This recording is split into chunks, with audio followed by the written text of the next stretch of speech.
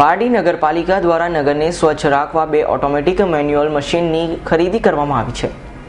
પારડી નગરના વિવિધ મોહલ્લા અને રસ્તાના સાફ સફાઈ માટે આજરોજ પાલિકાના 2 ઓટોમેટિક મેન્યુઅલ મશીન ખરીદ કરવામાં આવ્યા છે, જે નગરના રોડ ઉપરના ધૂળ તેમજ કચરો દૂર કરી શકાશે અને રોજે સવારના અને સાંજે 2 વખત નગરના રસ્તાઓ સફાઈના મશીન દ્વારા સફાઈ કરવામાં આવશે તેવું બાંધકામ અધ્યક્ષ નિલેશ પટેલે જણાવ્યું હતું.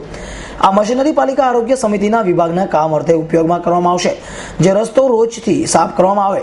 હવે પછી નવી ખરીદી કરવામાં આવેલ મેન્યુઅલ મશીનરીની સફાઈ કરવામાં આવશે અને સ્વચ્છ સુંદર પારડીનું સ્વપ્ન પૂરું થશે.